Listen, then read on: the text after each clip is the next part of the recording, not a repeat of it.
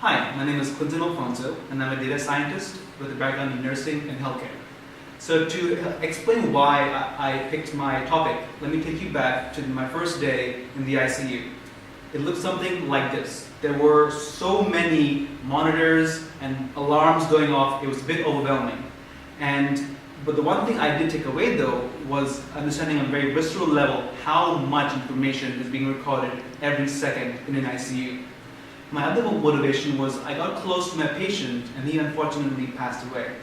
And so I obsessed a lot about, was there something I missed? Which one of these monitors could I have looked at to tell me more about his condition and maybe even predict mortality?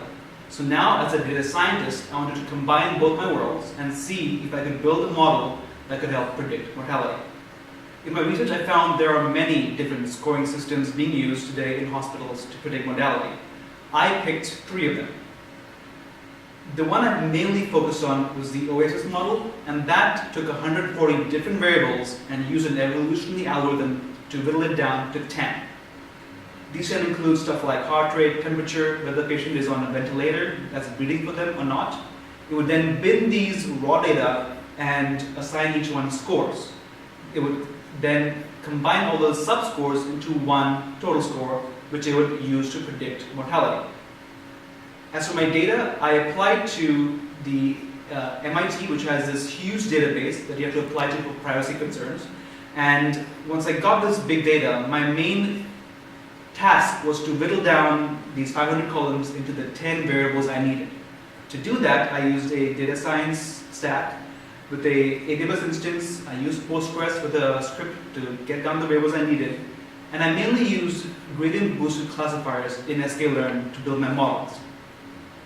My yardstick was I used the published OASIS model to get the probability of mortality. And then my main scoring system was the area under curve score, which plots the 2 errors, the false positive and false negative.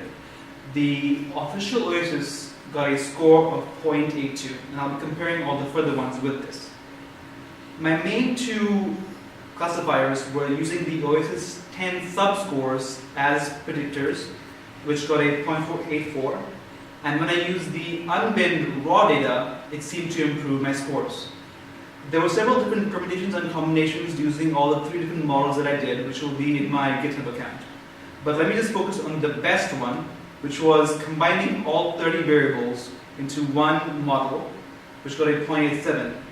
What was curious was just using an ensemble of the 3 models with their total scores, so just 3 variables, gave a score of 0.85, which is still pretty good and still higher than the published information.